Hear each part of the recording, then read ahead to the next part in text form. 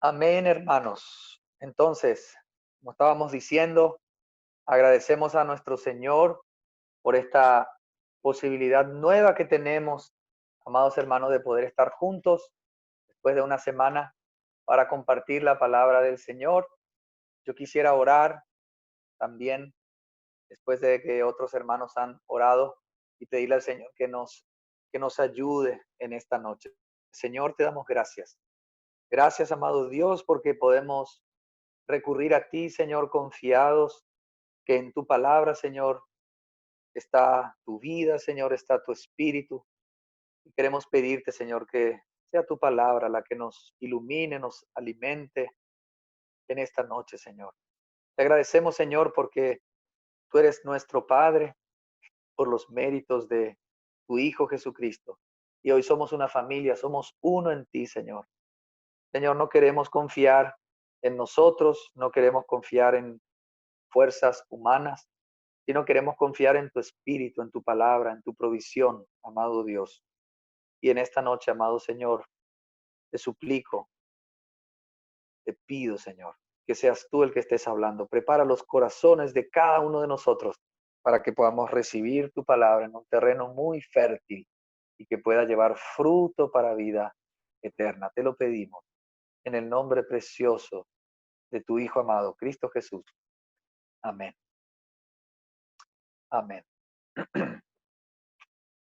Hermanos amados, como saben, estamos tratando hace algunos lunes una serie acerca de los dones del Espíritu Santo. Y la semana pasada empezamos a estudiar algunos dones de manera particular. Como saben, yo les dije que había hecho un cálculo de cuántos son los dones en base a Primera de Corintios 12 y Romanos 12, y ese trabajito nos daba 15 o 16. Si dividimos el don de la profecía, como estábamos diciendo, en el hablar de parte de Dios y también el profetizar en el sentido de predecir el futuro. Entonces, serían 16 dones. Yo los dividí en 3 partes, ¿verdad? Y la semana pasada estuvimos estudiando los primeros 5 que están un poco relacionados con la palabra. Pero antes de esta noche poder ocuparnos del segundo grupo de estos dones, yo quisiera que me acompañen, amados hermanos, a Segunda de Samuel, en el Antiguo Testamento, profeta Samuel, Segunda de Samuel, capítulo 7. Vamos a leer la última parte del versículo 11 en adelante hasta el versículo 13. Este capítulo 7 de Segunda de Samuel nos habla del pacto que Dios hace con David. David ya estaba en su reino, ya estaba como rey en Israel, ya había obtenido paz por parte de Dios, le había concedido paz con sus enemigos, y él tiene el deseo de construirle una casa a Dios. Y en eso estaba pensando, orando, ese era el deseo de su corazón. Y entonces el Señor manda a su profeta Natán para que le hable a David y le diga algunas cosas con relación a ese deseo. Y vemos desde el versículo 11, entre las cosas que el Señor le dice, por medio de Natán, a David. Miren lo que dice. La segunda parte del versículo 11 dice: Asimismo Jehová te hace saber que Él te edificará una casa. Y cuando tus días se hayan cumplido y duermas con tus padres, yo levantaré después de ti a uno de tu linaje, el cual saldrá de tus entrañas, y afirmaré su reino. Hermanos amados, sabemos que cuando el Señor Jesús vino en varias ocasiones, cuando lo llamaban a Jesús, por ejemplo, está el ciego Bartimeo, lo llama y le dice: Jesús, hijo de David. Entonces, nosotros sabemos que Jesús es del linaje de David, descendencia de David, y acá se está refiriendo proféticamente al Señor Jesús, cuando le dice: de tus entrañas saldrá alguien que voy a afirmar su reino. El versículo 13 dice acerca de este que va a salir de las entrañas de David, y que sabemos que es el Señor Jesús: Él edificará una casa para mi nombre. y yo afirmaré para siempre el trono de su reino. Entonces, amados hermanos, aquí Dios le dice a David que aquel que iba a salir de sus entrañas iba a ser el encargado de edificarle una casa para su nombre y que Dios iba a afirmar para siempre el trono de su reino. Entonces, hermanos, nosotros sabemos que la edificación, el trabajo de Dios hoy, la economía de Dios hoy, el plan de Dios hoy es la edificación de su casa, que es la iglesia. Y esa casa la va a edificar su hijo. Jesús le dijo también a Pedro, cuando Pedro dice y confiesa que él es el Cristo, el Hijo del Dios viviente, Jesús le dijo, y tú eres Pedro, entre otras cosas, tú eres Pedro, y sobre esta roca, o sea, sobre esa confesión de quién era Jesucristo, yo edificaré mi iglesia. O sea que la edificación de la iglesia está en manos del Hijo de Dios, que es descendencia de David, del Mesías. Amén, hermanos. Entonces, esta edificación de la casa va a hacer que llegue el propósito de Dios que estamos repitiendo todos los lunes. El propósito de Dios es reunir todas las cosas bajo el señorío de Cristo, su Hijo. Y para llegar a ese fin, hoy Dios está edificando su casa por medio de su Hijo. Es su Hijo el encargado de edificarle casa al Padre para poder llegar a el reino. Por eso dice, si Él me edificará casa, yo afirmaré para siempre el trono de su reino. Y hermanos, con relación al reino, con relación a ese tiempo, yo quisiera simplemente, hermanos, que vayamos a leer algunos versículos de Daniel al capítulo 7. Daniel, el profeta Daniel, se encuentra ahí después de Ezequiel. Daniel al capítulo 7, Daniel tiene una visión de 4 bestias. Y en ese contexto de la explicación del significado de esta visión que le están dando a Daniel, dice así la palabra desde el versículo 13. Miren lo que dice aquí, hermanos. Daniel, versículo 13, perdón. Dice, miraba yo en la visión de la noche y vi que con las nubes del cielo venía uno como un hijo de hombre. Vino hasta el anciano de días y lo hicieron acercarse delante de él. Hermanos amados, esta visión es la segunda parte de la ascensión de Jesús. Ustedes saben que cuando Jesús murió, resucitó, se les apareció a sus discípulos por 40 días y llegó un momento donde en el monte estaban reunidos los discípulos, probablemente 500, Jesús es ascendido a los cielos y ellos ven que Él va en una nube y después aparecen 2 ángeles que les hablan a los discípulos. Pero cuando Daniel ve esto anticipadamente, está viendo la subida del Hijo, esa ascensión después de las nubes hasta llegar al anciano de días. Por eso dice que lo hicieron acercarse delante de él, del anciano de días. Y miren lo que sucede ahí en esa ascensión, esta exaltación del Hijo. 14. Y le fue dado dominio, gloria y reino para que todos los pueblos, naciones y lenguas los sirvieran. Y su dominio es dominio eterno, que nunca pasará, y su reino es uno que nunca será destruido. Hermanos amados, cuando el Señor se presenta al anciano Díaz, que es el Padre le dice, sentate a mi diestra hasta que sean puestos tus enemigos por estrado de tus pies, y en ese momento se le concede al Hijo dominio, gloria y reino. Hermanos, entonces, hoy Dios está trabajando para que esto que se le ha concedido al Hijo llegue a toda la existencia, todo el universo bajo los pies del Hijo de Dios, a quien nosotros servimos y es nuestro Señor, nuestro amo. Quiero que leamos también del versículo 24 del mismo capítulo. Acá sigue la visión, sigue la explicación, no vamos a detenernos en eso, solamente quiero llamarle la atención sobre el reino. Dice aquí, los 10 cuernos que vio Daniel significan que de aquel reino se levantarán 10 reyes, y tras ellos se levantará otro, el cual será diferente de los primeros, y derribará a 3 reyes. Hablará palabras contra el Altísimo, a los santos del Altísimo quebrantará, y pensará en cambiar los tiempos y la ley, y serán entregados en sus manos hasta tiempos y medio tiempo.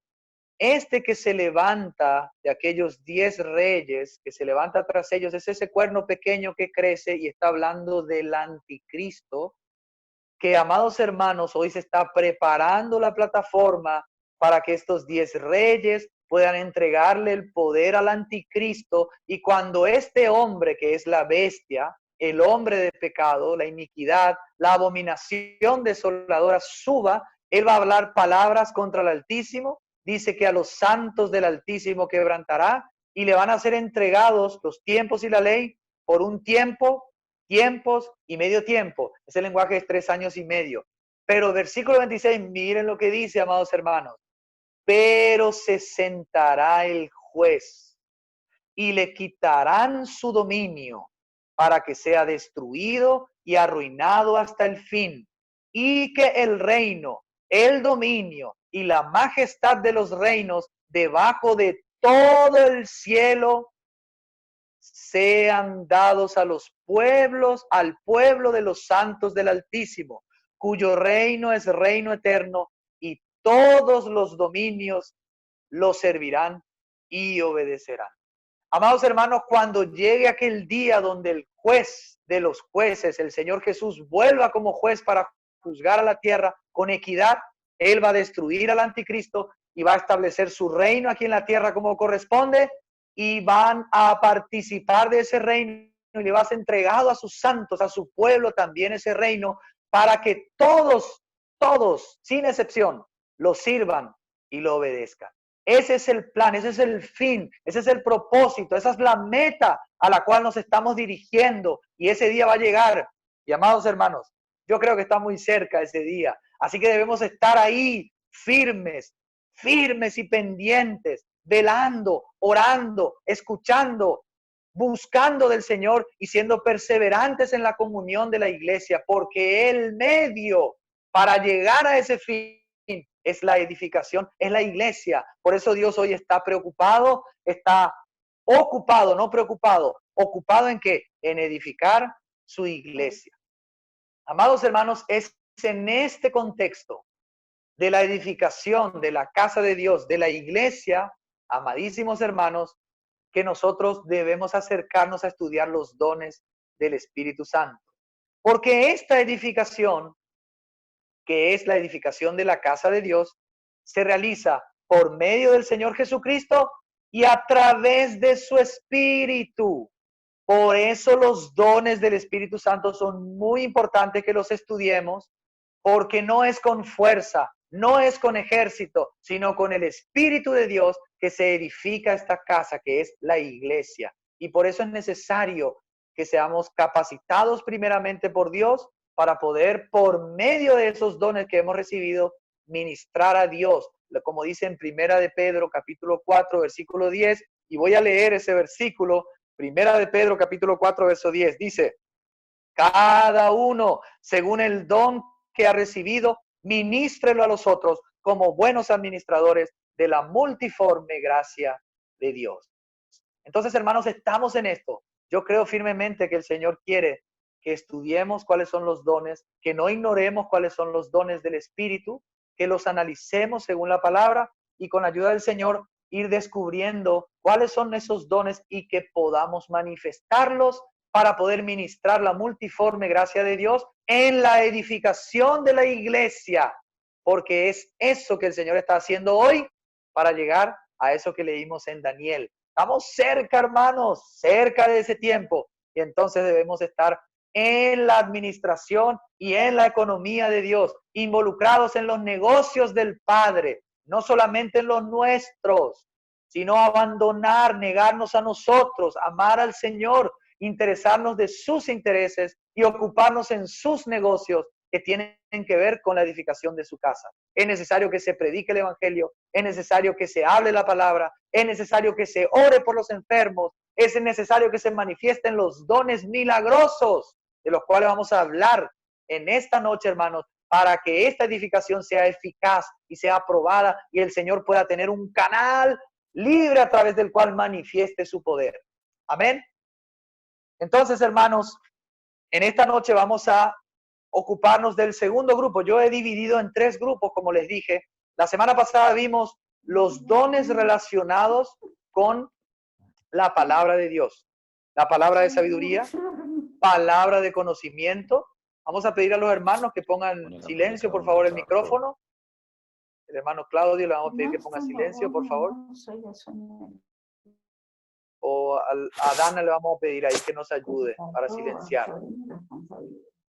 Palabra de sabiduría, palabra de conocimiento. Hemos visto profecía, hemos visto enseñanza y hemos visto la exhortación. Esos 5 dones que están relacionados con la edificación del cuerpo de Cristo. Hermanos, estos 5 dones hemos comenzado ¿por qué? Porque son fundamentales para que la iglesia en toda su actividad y trabajo no pueda perder el ritmo. Es necesario que hayan hermanos que tengan revelación, que tengan conocimiento, que tengan palabra, que tengan exhortación de parte de Dios, para que la iglesia pueda ser encaminada según el modelo, según el plan y la dirección del Señor que ha sido revelada por su palabra. Y para eso es necesario que hayan hermanos que se levanten para ejercitar sus dones e edifiquen a la iglesia, perfeccionen a los santos. Y esta reunión tiene como objetivo también esto, el perfeccionamiento de los santos, con la ayuda siempre del Señor. Entonces, hermanos, los dones milagrosos que hemos seleccionado, lo hemos seleccionado en base a 1 Corintios 12. Vamos a leer un ratito ahí esos versículos que tienen que ver con los dones que vamos a hablar hoy. Hermanos, no vamos a extendernos demasiado con el tiempo. Entonces, de estos 6 dones, son 6 dones, ¿verdad? Que yo he incluido el don de la profecía. Vamos a hablar esta noche de 3, ¿verdad? Los dones milagrosos. Miren, hermanos, cuando leemos ahí en el capítulo 12, yo le preguntaba al Señor, ahora, Señor, ¿cuál grupo vamos a elegir? Entonces, estuvimos leyendo con la ayuda del Señor y el versículo 8 dice, a uno es dada por el Espíritu palabra de sabiduría, a otro palabra de conocimiento, y el 9 dice, a otro fe por el mismo Espíritu, a otros dones de sanidades por el mismo Espíritu, a otro el hacer milagros, y a otro profecía, y a otro discernimiento de espíritus, y otro diversos géneros de lengua e interpretación de lenguas. Entonces, en base a este orden y también a lo que dice el versículo 27 en adelante, yo he tomado la decisión de hoy hablar de estos dones que son llamados, conocidos como los dones milagrosos. Mira lo que dice el 27 también, como que hay un orden dado por el Señor aún para los dones. Vosotros pues sois el cuerpo de Cristo y miembros cada uno en particular. Y a unos puso Dios en la iglesia, primeramente apóstoles, luego profetas, lo tercero maestros, luego los que hacen milagros, después los que sanan, los que ayudan, los que administran, los que tienen don de lenguas. 29. Miren el orden, hermanos. Son todos apóstoles, son todos profetas, son todos maestros, los dones que ya estudiamos, hacen todos milagros, tienen todos dones de sanidad, hablan todos en lenguas, interpretan todos. Entonces, hermano, amados, en base a este orden que vemos en este capítulo, yo tomé la decisión de hoy hablar y seguir con los dones milagrosos después de los dones de la palabra. El primero que vamos a tocar es el don de la fe. Ahí en el versículo 9 dice, a otro fe por el mismo Espíritu. Hermanos, yo creo que todos sabemos, nos hemos dado cuenta, que cuando estamos hablando de un don de fe del Espíritu, no nos estamos refiriendo a la fe común que nos salva. Una cosa es la fe que tenemos en la obra del Señor Jesús, el haber creído en Él para salvación, y esa es una fe común a toda la iglesia. Todas las personas que hoy hacen parte y son parte y forman parte del cuerpo, han creído por la fe y han experimentado la salvación, pero no está hablando cuando dice don de fe, no se está refiriendo a ese tipo de fe que es la fe salvífica. Amén, hermanos. Está hablando Voy a leerlo en la traducción o en el lenguaje actual. Vamos a pedir a los hermanos que silencien por favor el micrófono. En la, en la, en el lenguaje actual, en Primera de Corintios 12, hermanos, yo les voy a leer cómo dice aquí. Es bueno tener a veces diferentes versiones. Primera de Corintios 12, en el versículo 9. Miren lo que dice, hermanos, cómo traduce el lenguaje actual de la Biblia. A otros les da una gran confianza en Dios. O sea, este don se refiere a aquellas personas que tienen una gran confianza en Dios y en sus promesas, que no vacilan, que no temen. Personas que tienen una gran confianza en Dios. Y es una fe más subjetiva que objetiva. No se refiere a esa fe común a todos, no se refiere al contenido de la fe que habla también en Timoteo, que son las enseñanzas o la sana doctrina, sino que se refiere más a la fe de uno o a la confianza que uno tiene en Dios y en su palabra y en sus promesas. Amén, hermanos. Necesitamos, hermanos y hermanas, que tengan este don y que lo manifiesten para el beneficio del cuerpo. Acuérdense que el don es para el beneficio del cuerpo. Hermanos, en 1 Corintios 13 también Pablo habla de este don y dice el versículo 2, dice, si tuviera profecía y entendiera todos los misterios y todo conocimiento, y si tuviera toda la fe, de tal manera que trasladara los montes y no tengo amor, nada soy. O sea, aquí Pablo se está refiriendo a esa fe como don, como gran confianza, al punto de trasladar los montes, dice Pablo. O sea, que hay una fe dada por el Espíritu, algunos de sus miembros, que es capaz de trasladar montes. ¿Y qué significa eso? Para que podamos entender esa expresión, trasladar montes, vamos a leer Mateo capítulo 17. ¿Qué significado tiene? ¿Será literal? ¿Será que yo me tengo que ir al Cerro Lambaré y decirle, salí de acá y va a salir? ¿O se está refiriendo a otra cosa al Señor? Mateo 17, versículo 20. Estamos en un episodio donde viene una persona a decir que su hijo tenía problemas, era un lunático, tenía epilepsia, era una enfermedad, y él lo trajo a sus discípulos, pero sus discípulos no pudieron. Entonces el Señor les dice en el versículo 18, miren lo que dice el versículo 18, entonces reprendió, Mateo 17, 18, reprendió Jesús, perdón, 17 dice, respondiendo Jesús dijo, generación incrédula y perversa, ¿hasta cuándo he de estar con vosotros? ¿Hasta cuándo os he de soportar? Traédmelo acá. Entonces reprendió Jesús al demonio, el cual salió del muchacho y éste quedó sano desde aquella hora. O sea que el motivo por el cual este muchacho tenía la epilepsia o era un lunático y sucedía lo que le sucedía, era un espíritu maligno. Hermanos, muchas personas están enfermas y si uno va al hospital te pueden diagnosticar una enfermedad, pero muchos no saben que el motivo puede ser un espíritu impuro, maligno, y hay que expulsar a ese espíritu para que la persona pueda sanarse, porque no va a servir de nada todo tipo de terapia, medicamentos para poder sanar si el problema que está causando esa enfermedad es un espíritu maligno. Amén. Entonces la enfermedad fue producida por ese espíritu, el Señor obviamente con su poder y su autoridad lo reprende y el muchacho quedó sano. Y miren aquí el versículo 19 cómo sigue. Se acercaron entonces los discípulos a Jesús y le preguntaron aparte, ¿por qué nosotros no pudimos echarlo fuera?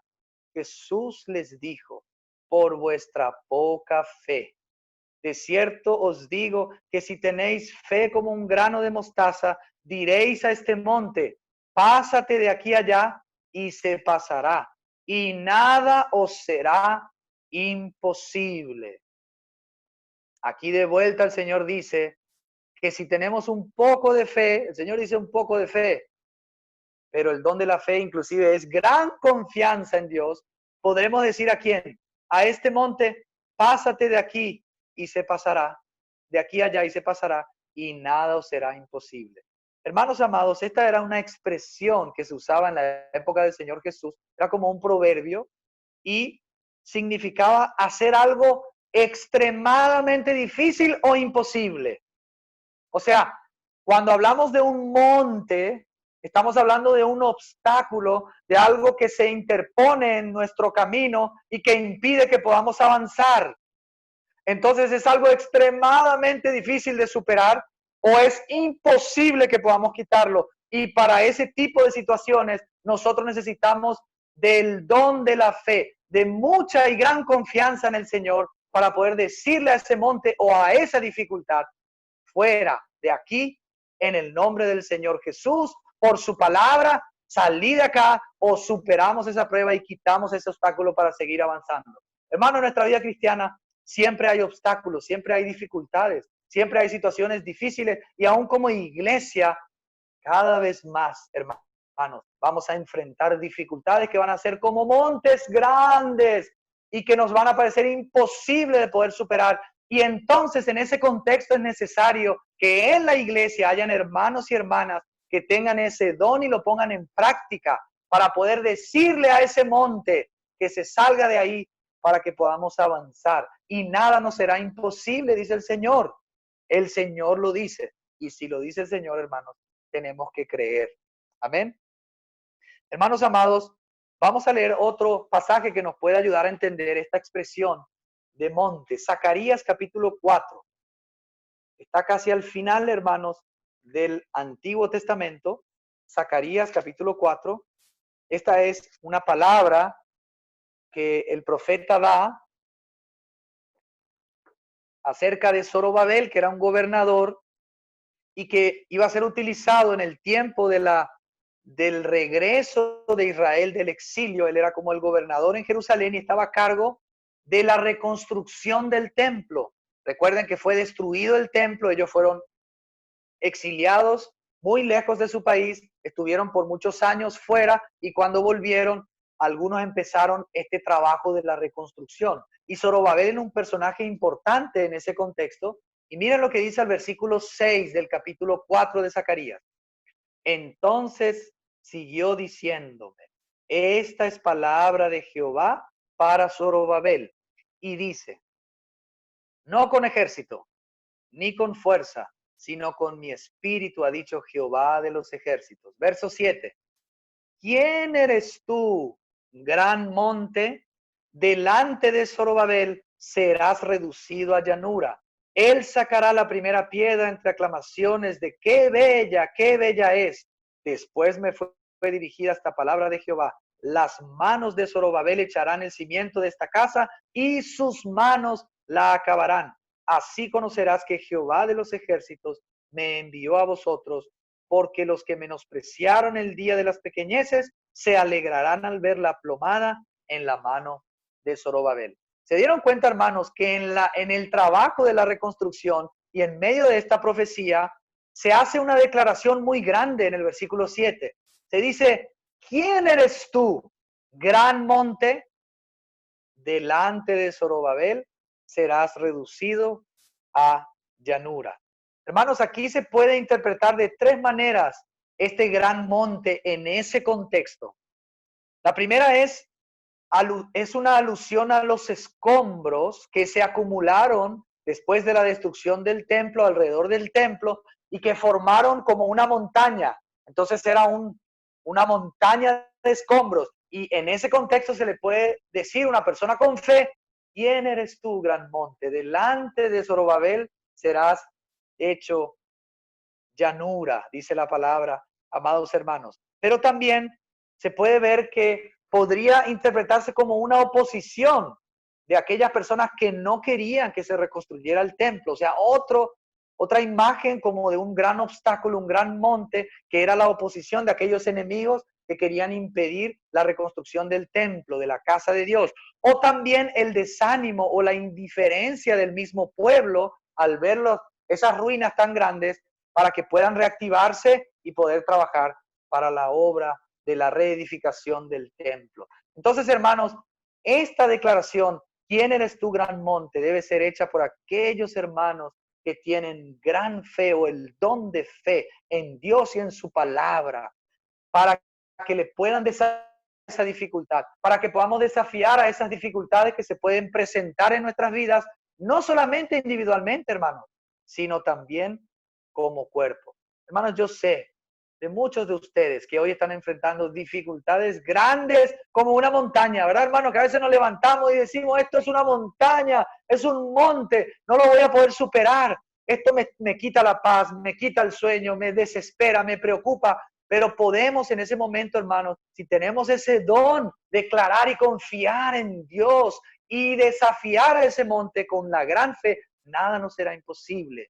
Si confiamos en el Señor, en su provisión, en su palabra, en su compañía y en su poder. Y eso, hermanos, necesitamos, sobre todo a través de la exhortación, que los hermanos puedan exhortar a la iglesia con mucha fe. Hermanos amados, la falta de fe es sinónimo de temor, de miedo. Yo me recuerdo en Italia, había un técnico, que no me pude acordar el nombre en estos días, que él era un motivador.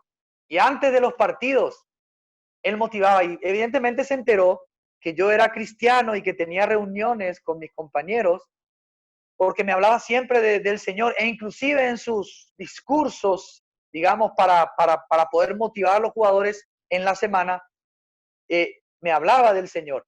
Y en una oportunidad estaba ahí bien motivando ahí a los muchachos, qué sé yo, y de repente dice, Guzmán, ¿quién es el enemigo de la fe? Que traducido quiere decir, Guzmán, ¿quién es el enemigo de la fe? Hermano, yo no sabía qué responderle. Yo empecé a pensar, dije, el enemigo de la fe y el pecado, el temor. ¿Quién es el enemigo de la fe? El dubio, Guzmán, el dubio. Empezó a gritar. La duda, la duda. Hermanos amados, cuando no tenemos este tipo de fe y no hay hermanos que tengan este tipo de fe para poder exhortar a la iglesia entera y que la iglesia pueda ser beneficiada, empiezan las dudas, empiezan los temores, empiezan las incomprensiones. Amados hermanos, es muy necesario que este don se pueda manifestar en medio de los santos para el bien de todo el cuerpo. Así vamos a poder ser animados unos a otros, agarrándonos de las promesas del Señor. Hermanos amados, ¿se acuerdan del ejército de Gedeón? Era un ejército grande en el Antiguo Testamento y el Señor le dijo a Gedeón, no, no, no, son muchos. Si ustedes ganan la guerra, van a decir que fue por sus propios méritos. Así que decí, hace pregonar, que los que tengan miedo se vuelvan a sus casas. Hermanos, ¿saben cuántos tenían miedo y se fueron a sus casas de ese ejército? 22,000 hombres volvieron a sus casas porque, como se hace así en italiano, tenían temor. Y después el Señor hizo otra selección y quedaron solamente 300 hombres que tenían el don de fe, que confiaban en Dios, que creían en su líder que era Gedeón y que no titubeaban delante de ese ejército enorme y numerosísimo de los amalecitas, que eran como 120,000 contra 300. Hermanos, ¿saben quién ganó la guerra? Adivinen quién ganó la guerra. Esos 300 vencieron categóricamente al ejército de los amalecitas, que era un problema para Israel. ¿Y saben qué hicieron los 300?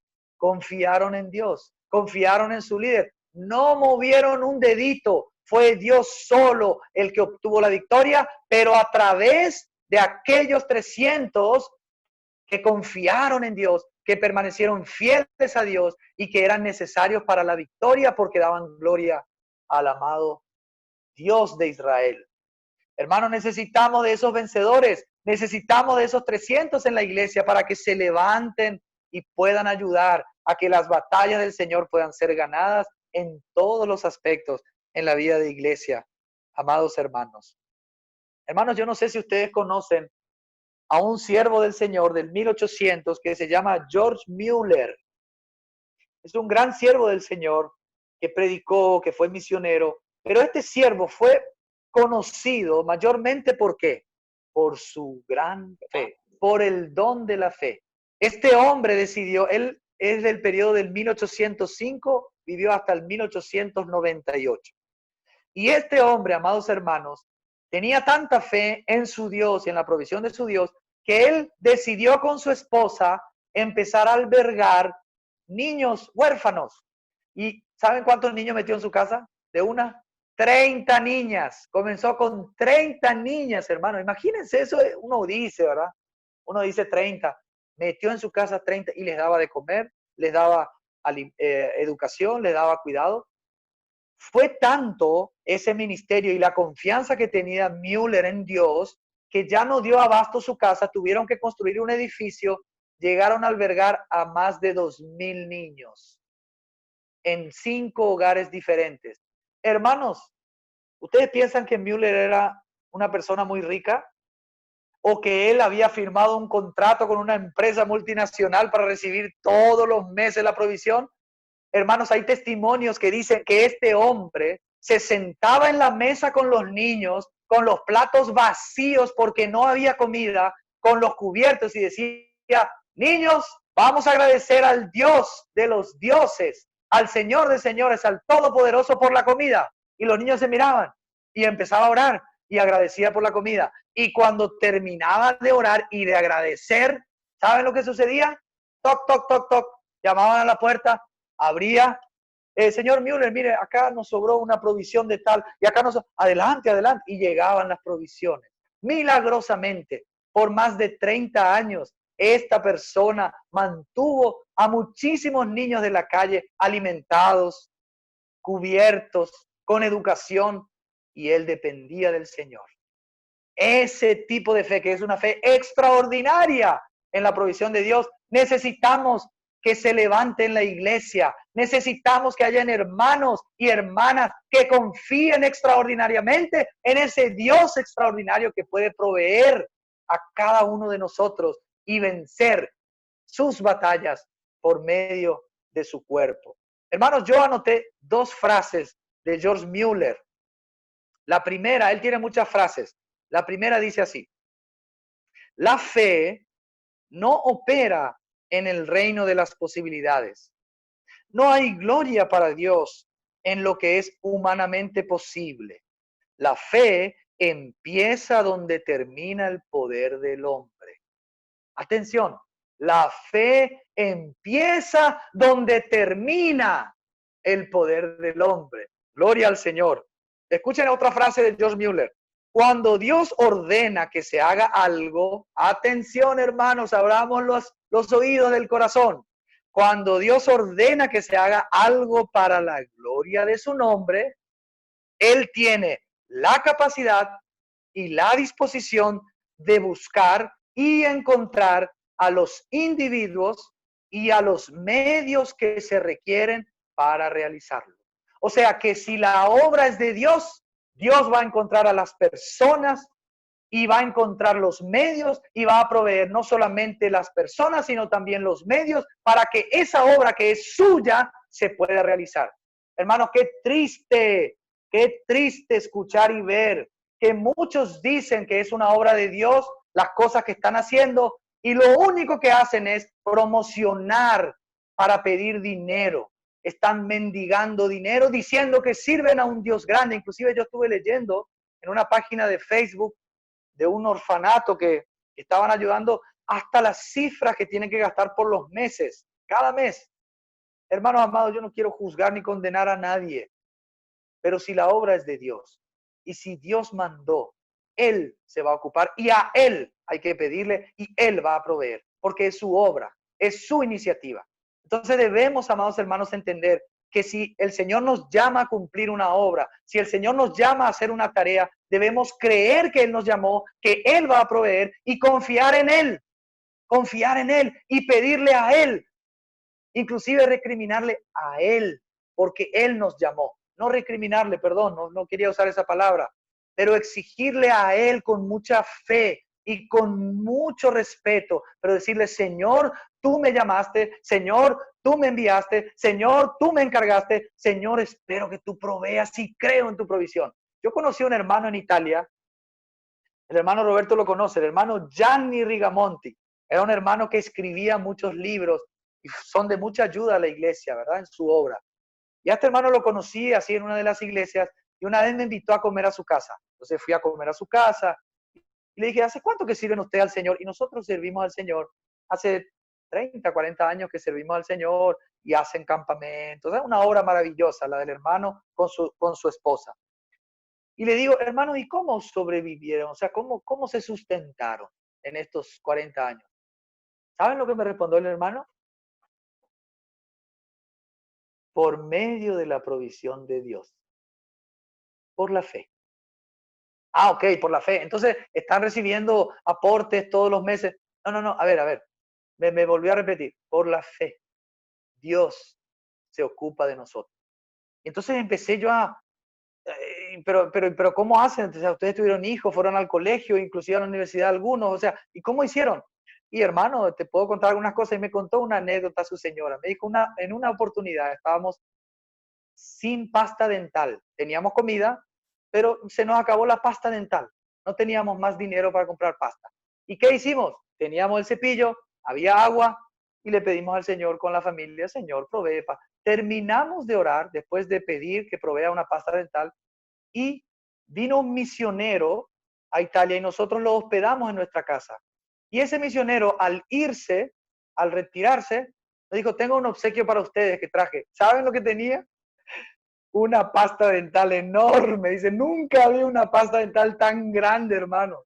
Me dijo, eso nos duró por meses. Poquitito usábamos, pero teníamos la pasta dental como le habíamos pedido al Señor. Hermanos, son historias que son reales. Son personas que viven aún y que todavía confían en el Señor.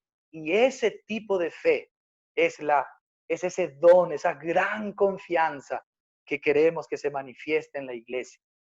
Hermanos amados, en esa noche yo le pedí al hermano que me pueda, yo le dije que si me podía dar algunos libros y que me prepare una caja. Cuando le quiero pagar por los libros, me dijo, no voy a recibir dinero. Pero ¿qué hice yo? Dije, bueno, toma este dinero como ofrenda. El hermano fue, terminamos de comer, me puso las cajas de los libros en mi casa, en mi vehículo. Él puso la caja de los libros. Cuando llego a mi casa, que vivía a una hora de mi casa, voy a retirar los libros. Cuando abro la caja, ¿qué encuentro en la caja? El dinero que le había dado. Puso el dinero que yo le di ahí adentro. Hermanos amados, vivir por fe significa aún ser dirigidos por el Señor para recibir ayudas. Uno que ha tomado la decisión de vivir por fe, y yo admiro a esa gente realmente, que no trabaja y se dedica a la obra plenamente y a confiar en la provisión de Dios, a veces no reciben las ayudas porque ellos dependen de su Señor. Ellos escuchan a su Señor. Y si el Señor no quiere que se reciba ayuda, no se recibe ayuda, porque han aprendido a depender del Señor. Y eso es tan precioso. Y es tan triste hoy ver a muchos ministros que lo único que hacen es saber pedir plata. No hacen otra cosa que pedir dinero y predicar riqueza. Qué fe ni qué fe. No viven por fe. Bueno, me tengo que alterar demasiado. Señor, me ayude. Amados hermanos, este es el don de fe. Yo quería darles algunos ejemplos. También en la palabra de Dios. Vamos con relación al don de fe. Vamos a leer Hechos capítulo 27 un ratito, hermano. Hechos capítulo 27. Miren, hermanos, un hermano. Hay muchos ejemplos de fe, inclusive están los héroes de la fe en Hebreos, pero yo elegí Hechos 27, que es un pasaje que me llama siempre la atención. Es Pablo que está embarcado en una nave, está yendo hacia Roma porque él apeló a César y se enfrentan a una tempestad en el mar terrible. Y voy a leer desde el versículo 18. Dice así: pero siendo combatidos por una furiosa tempestad, al siguiente día empezaron a deshacerse de la carga. Y al tercer día con nuestras propias manos arrojamos los aparejos de la nave. Al no aparecer ni sol ni estrellas por muchos días y acosados por una tempestad no pequeña, ya habíamos perdido toda esperanza de salvarnos.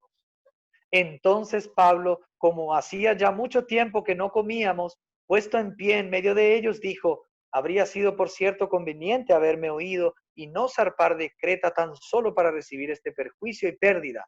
Pero ahora os exhorto a tener buen ánimo, pues no habrá ninguna pérdida de vida entre vosotros, sino solamente la nave. pues esta noche ha estado conmigo el ángel del Dios de quien soy y a quien sirvo. Y me ha dicho: Pablo, no temas, es necesario que comparezcas ante César. Además, Dios te ha concedido todos los que navegan contigo. Miren al verso 25. Por tanto, tened buen ánimo, porque yo confío en Dios que será así como se me ha dicho. Con todo es necesario que demos en alguna isla. Hacemos un salto al verso 33. Cuando comenzó a amanecer, Pablo exhortaba a todos que comieran, diciendo: este es el 14º día que veláis y permanecéis en ayunas sin comer nada. Hermanos, miren cómo viajaban en aquel entonces, 15 días que no comían.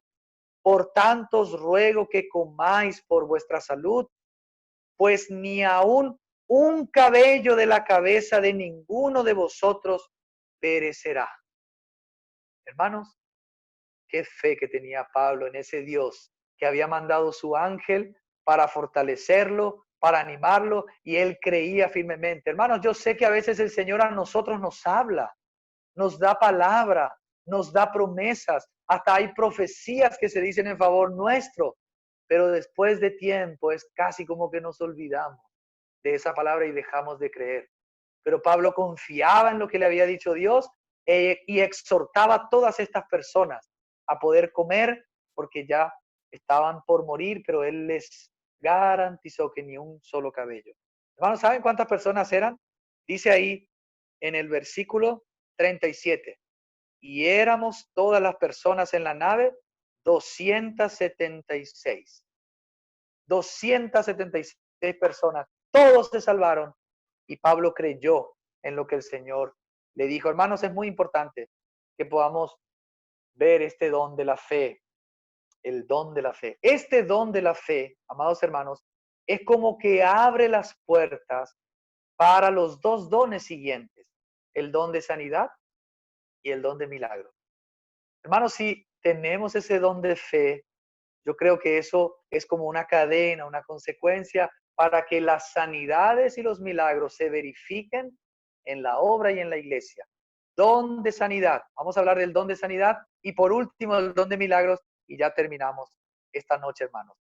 Primera de Corintios 12:9 dice la palabra del Señor: a otro dones de sanidades, a otro dones de sanidades por el mismo Espíritu. Hermanos, antes de hablar de este don de sanidad y de milagro que se conectan mucho, yo quisiera decirles que al estudiar un poco el tema de los milagros y de las sanidades, se ve como, como que Dios está aprobando a sus siervos y a su iglesia en la palabra de Dios por medio de señales y prodigios. Es como que Dios está diciendo: estos son mis siervos, estos sirven al Dios viviente, y manda y efectúa milagros poderosos para aprobar a aquellos hombres que Él envía. Quiero leer algunos versículos sobre esto que estoy diciendo. Marcos capítulo 16. Marcos capítulo 16. Estos dones de sanidades y de milagros se verifican mayormente, hermanos, si estamos involucrados en la obra evangelística. Sobre todo se manifiesta si somos una iglesia que queremos ver dones que se levanten. Debemos salir a evangelizar, a entrar en casas, a proclamar el evangelio. Y ahí van a ver, hermanos, la necesidad de echar demonios, de orar por los enfermos, de establecer. Ahí. Pero también para la iglesia son útiles. Hemos dicho, nosotros no somos, yo personalmente no soy cesacionista, no creo que han cesado estos dones. Creo que están vigentes, que están a disposición de la iglesia, pero todavía no se ven. ¿Por qué? Por mucha falta de fe. Ese es el factor principal. Al no tener fe, los dones no aparecen. Marcos capítulo 16, miren lo que dice el versículo 15. El Señor les dice así a los discípulos: y les dijo: id por todo el mundo y predicad el evangelio a toda criatura, y el que crea y sea bautizado será salvo. Gracias a Dios por lo que se van a bautizar, hay algunos que se van a bautizar, pero el que no crea será condenado. 17. Estas señales seguirán a los que creen. En mi nombre echarán fuera demonios, hablarán nuevas lenguas, tomarán serpientes en las manos, y aunque beban cosa mortífera, no les hará daño. Sobre los enfermos pondrán sus manos y sanarán. Aleluya. Esas son señales que van a acompañar a los que creen, y nosotros hemos creído. Y por ende, si también nosotros somos obedientes en obedecer a esa gran comisión, amados hermanos, las señales nos van a acompañar. Después le voy a decir algunas experiencias. Vamos a ver si el Señor me lo permite. Marcos 16-17. Vamos a leer Hechos, lo que dice Dios acerca de su Hijo Jesucristo por medio de la predicación de Pedro. Pedro está predicando en el día de Pentecostés, después del milagro, ¿verdad? Del hablar en lenguas. Generalmente cuando vemos la predicación de Pedro siempre son después de un milagro. ¿Se dan cuenta cómo están conectadas las cosas? Pero miren lo que dice Pedro acerca del Señor Jesús al verso 22 del capítulo 2 de Hechos. Dice así: Israelitas, oíd estas palabras. Jesús Nazareno, varón aprobado por Dios entre vosotros, con las maravillas, prodigios y señales que Dios hizo entre vosotros por medio de él, como vosotros mismos sabéis. O sea que Dios estaba aprobando a este varón que era su hijo por medio de maravillas, prodigios y señales que Dios mismo hacía a través de su hijo. ¿Se dan cuenta, hermanos, cómo es como que hay una aprobación de Dios hacia los suyos por medio de señales milagrosas, los dones milagrosos? Miren, hermanos, cómo oraba la iglesia primitiva. Vamos a Hechos capítulo 4. Pedro y Juan salen de la cárcel, son liberados, van a la iglesia, les comentan las cosas que vivieron, la iglesia lo recibe y la iglesia empieza a orar por Pedro y Juan en el capítulo 4 y llegamos, no vamos a leer todo el versículo 29, miren la oración, escuchen la oración de la iglesia primitiva. Pedro y Juan habían sido amenazados de no predicar más en el nombre del Señor Jesús, y la iglesia ora, y ahora, Señor, mira sus amenazas y concede a tus siervos que con toda valentía hablen tu palabra, mientras extiendes tu mano, para que se hagan sanidades, señales y prodigios mediante el nombre de tu santo Hijo Jesús. O sea, la oración de la iglesia primitiva era que el Señor pueda conceder a sus siervos el valor con el poder del Espíritu y la llenura del Espíritu Santo, para que ellos puedan hablar con valentía la palabra de Dios. Y le pidieron señales. Acompañar, Señor, con señales, con prodigios, para aprobar a estos hombres, para que la gente vea con sus ojos tu poder y se conviertan al Dios verdadero. Hermanos, siempre los milagros están como certificando, aprobando de parte de Dios a sus siervos, a los que son suyos. Vamos a leer el último pasaje en Hebreos sobre esto que estamos diciendo. Hebreos, el capítulo es el 2. Hermanos, ustedes saben que a mí me gusta que leamos mucha palabra, ¿verdad? Hebreos, capítulo 2. Dice ahí, hablando de nuestra salvación, versículo 3, dice el autor a los hebreos: ¿cómo escaparemos nosotros si descuidamos una salvación tan grande, la cual, o sea, se está refiriendo a la salvación tan grande, la cual, habiendo sido anunciada primeramente por el Señor, él fue el primero que predicó la salvación, nos fue confirmada por los que oyeron? Estos son los testigos oculares que estuvieron con el Señor, testificando Dios juntamente con ellos, o sea, con aquellos que predicaron la salvación. ¿Con qué? Con señales, prodigios, diversos milagros y repartimientos del Espíritu Santo, según su voluntad.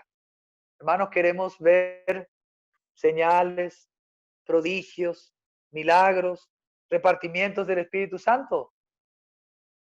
Evangelicemos, salgamos, visitemos, abramos nuestra boca, visitemos a personas que necesitan, vayamos a visitar, vayamos a proclamar, para que el Señor testifique con nosotros por medio de esas señales. Si somos una iglesia que en su corazón tiene en su corazón a los perdidos y tiene en su corazón el llamamiento para ser una iglesia que quiere mandar obreros a la obra, entonces vamos a poder ver la manifestación de aquellos dones, porque los dones son los que aprueban a sus siervos.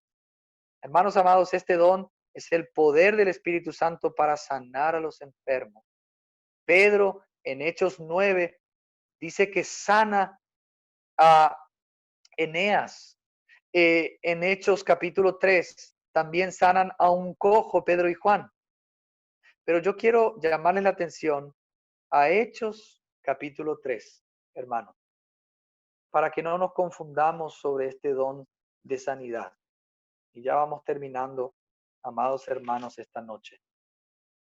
Dice ahí en Hechos capítulo 3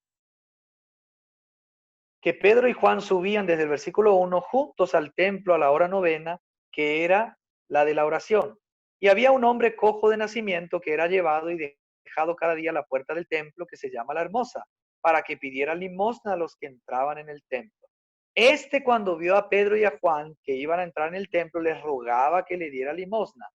Pedro, con Juan fijando en él los ojos, le dijo: míranos. Entonces él los miró atento, esperando recibir de ellos algo, pero Pedro dijo: no tengo plata ni oro, pero lo que tengo te doy. En el nombre de Jesucristo de Nazaret, levántate y anda. Entonces lo tomó por la mano derecha, lo levantó, al instante se le afirmaron los pies y tobillos, y saltando se puso en pie y anduvo y entró con ellos en el templo, andando, saltando y alabando a Dios. Y todo el pueblo lo vio andar y alabar a Dios, y lo reconocían que era el que se sentaba a pedir limosna a la puerta del templo, la Hermosa, y se llenaron de asombro y espanto por lo que le había sucedido. Hermanos amados, Pedro y Juan, al comienzo de la vida cristiana, entendemos que visitaban frecuentemente el templo, porque era un lugar donde había mucha gente y aprovechaban para poder evangelizar y hablar del Cristo en quien habían creído.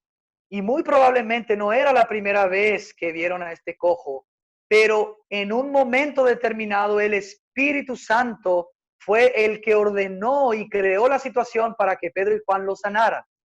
¿Por qué estoy diciendo esto, hermano? Porque tener el don de sanidad no significa que uno va a sanar a todos como quiera y cuando quiera y como le plazca. Porque los cesacionistas, por ejemplo, dicen: bueno, si hoy hay don de sanidad, o sea, aquellos que piensan que cesaron los dones, ellos dicen: los que tienen don de sanidad, ¿por qué no se van a los hospitales a sanar a todos los enfermos? Pero no se trata de eso, hermano. Los dones del Espíritu son dados por el Espíritu y regulados por el Espíritu, dirigidos por el Espíritu. No es que si uno tiene un don del Espíritu de sanidad, significa que le puede sanar a todo el mundo cuando Él quiera y como Él quiera. No es así, hermano. Y acá vemos la dirección del Espíritu en obrar este milagro. Hermanos amados,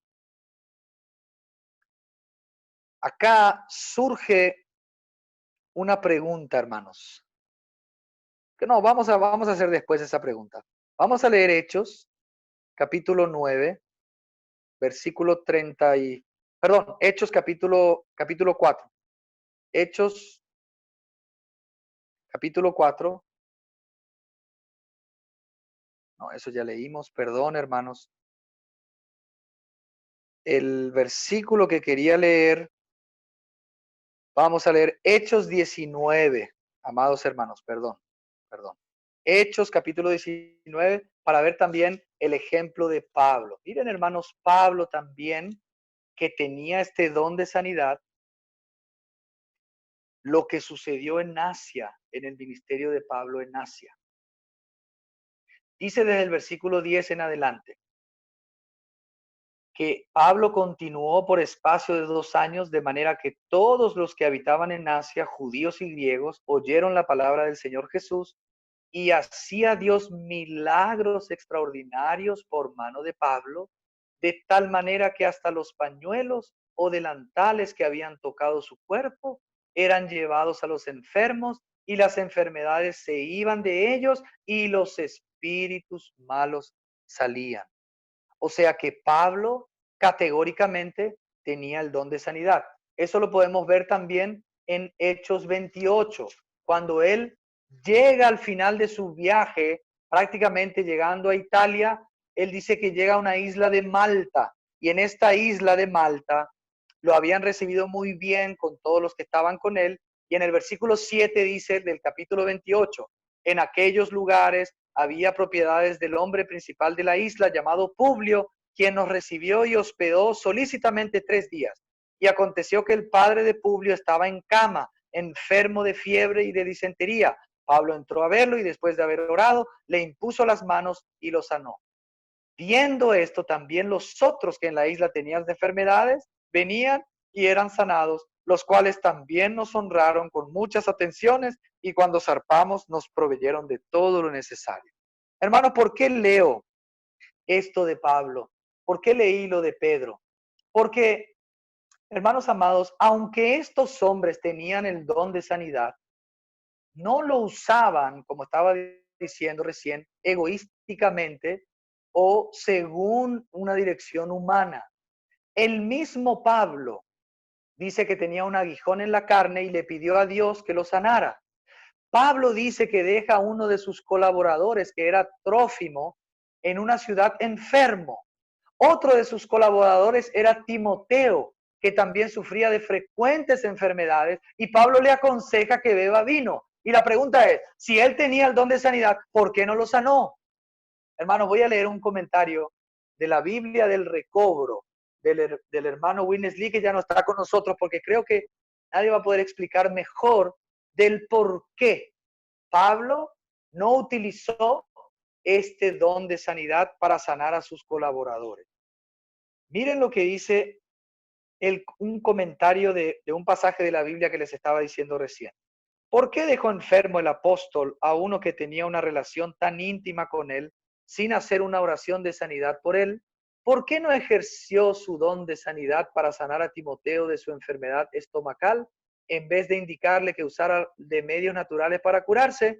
La respuesta a estas preguntas es que él y sus colaboradores estaban bajo la disciplina de la vida interior durante ese tiempo de sufrimiento y no bajo el poder del don externo. Lo primero tiene que ver con la gracia en vida y lo último con el don en la esfera del poder, es decir, el poder milagroso. En la decadencia de la iglesia y en el sufrimiento que uno padece por la iglesia, el don de poder no se necesita tanto como la gracia en vida. Hermanos, ¿cuál es el objetivo de Dios para con nosotros, sus siervos? ¿Cuál es el trato de Dios para con nosotros? Que la vida de Cristo pueda formarse y pueda crecer. Y a veces el Señor permite, inclusive utiliza ciertas enfermedades para tratar con nosotros en una disciplina de vida interior, como dice el hermano, para que podamos experimentar mayor gracia de la vida del Señor en nosotros. Hermanos, a veces nosotros soñamos con los dones milagrosos, pero aborrecemos la vida de la cruz. No queremos saber nada de la disciplina del Señor. Hay muchos que no enseñan de la cruz de Cristo ni de la disciplina de Dios para con sus hijos. Pero Dios es un Dios que sabe cómo tratar las cosas en la iglesia con sus hijos. Y el objetivo de Dios es que nosotros podamos crecer en gracia. Y el objetivo del conceder dones de sanidad a sus siervos en la iglesia no es para que nosotros evitemos todo tipo de sufrimiento y que podamos vivir una vida tranquila, sin problemas, pensando en nosotros. Los dones del Espíritu son para que la meta de Dios y el propósito de Dios puedan realizarse y no para que nosotros pensemos en nosotros de manera egoísta. Por eso yo creo, hermanos, que muchas veces los dones no se manifiestan, porque somos aún muy egoístas. Hay hermanos que quieren dones milagrosos, pero no quieren la disciplina o no somos disciplinados y no aceptamos la disciplina del Señor. Imagínense que acá en la iglesia decimos, hay un hermano que tiene el don de sanidad. ¿Cómo puede ser? Creemos, entre algunos hermanos pensamos que aquí en la iglesia hay un hermano que tiene el don de sanidad, pero todavía no lo decimos, ¿saben por qué? El día siguiente va a haber una fila en su casa, ¿verdad? Ay, el hermano tiene el don de sanidad, tranquilo. Entonces, si tenés una enfermedad, tranquilo, el hermano tiene el don, te vas y te sana. No se trata de eso. Hermanos, mi papá nos enseñó una vez y me quedó muy grabado en una iglesia, en una reunión de iglesias. Él se levantó y dijo, cuando alguien está enfermo en la iglesia, no llama a los que tienen don de sanidad. ¿Sabe a quién llama? A los ancianos de la iglesia. Y en ese caso los ancianos oran por él, lo ungen con aceite y dice si ha cometido pecados, le son perdonados. Muchas veces el Señor nos disciplina, trata con nosotros. Muchas veces no es consecuencia de un pecado, sino que es una prueba que el Señor manda para que no nos exaltemos como le mandó a Pablo, y debemos aceptar todo lo que viene de parte del Señor. Y si el Señor concede por su gracia que en la iglesia hayan hermanos que tienen dones de sanidad y se pueda orar para que yo pueda experimentar esa sanidad, amén. Pero si el Señor quiere que esa enfermedad yo me la tenga por un tiempo, amén. Porque el propósito de Dios por encima de mi bienestar físico es mi bienestar espiritual y que podamos crecer en gracia. Eso no significa que no tenemos que creer en estos dones. Amados hermanos, también están los dones milagrosos, y los dones milagrosos hablan más de algunos ejemplos de resurrección. Yo quiero leer un ejemplo de resurrección en Hechos capítulo 20, que lo hizo Pablo. Hay algunos también de Pedro, pero el de Pablo, vamos a leer el de Pablo porque es en un contexto de iglesia, porque hasta ahora es como que nos concentramos en el contexto de la obra. Y después de esto, hermanos, vamos a dar conclusión, amados hermanos, a el mensaje de esta noche, porque me largué demasiado. Hechos capítulo 20 del verso 7. Miren lo que sucede aquí, hermanos. Dones milagrosos. El primer día de la semana, reunidos los discípulos para partir el pan, Pablo, que tenía que salir al día siguiente, les enseñaba y alargó el discurso hasta la medianoche. Habían muchas lámparas en el aposento alto donde se hallaban reunidos. Un joven llamado Eutico estaba sentado en la ventana, hermano, que ninguno esté sentado en la ventana, y rendido de un sueño profundo, por cuanto Pablo disertaba largamente, vencido del sueño, cayó del tercer piso abajo y fue levantado muerto. Entonces descendió Pablo y se echó sobre él y abrazándolo dijo, no os alarméis, pues está vivo. Después de haber subido, partió el pan, lo comió y siguió hablando hasta el alba y luego se fue. Y miren cómo termina el 2, hermanos. Llevaron vivo al joven y fueron grandemente consolados.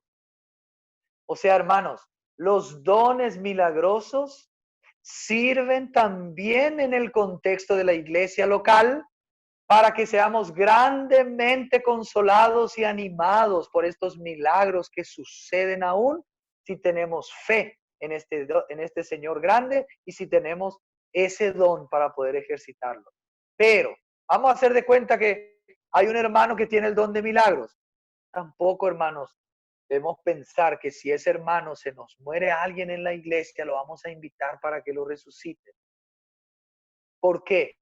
Porque cometeríamos el error, como decíamos anteriormente, de no entender que los dones son del Espíritu y deben ser regulados por el Espíritu. Pero si alguno de nosotros, por alguna situación, que yo creo que se van a acercar situaciones difíciles para la iglesia, amados hermanos, porque nos estamos acercando a tiempos cada vez más difíciles, se puede experimentar un accidente o un incidente como este, ¿por qué no orar para que una persona vuelva a vivir?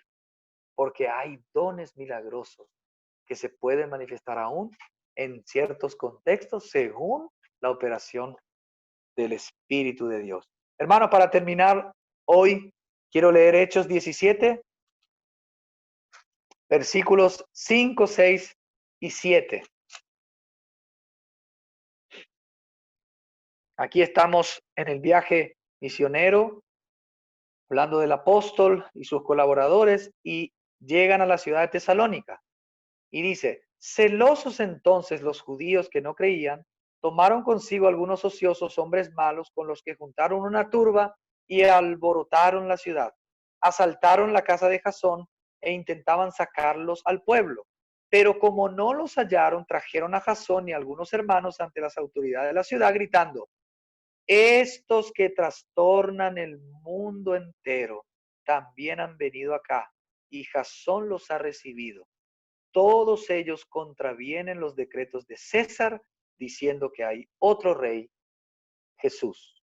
Hermanos, yo me pregunto, ¿cómo es posible que estos hombres, que la mayoría de ellos no tenían estudio, no tenían el dinero, no tenían internet, no tenían redes sociales, no tenían vehículos, no tenían aviones, no tenían wifi, no tenían estudios académicos?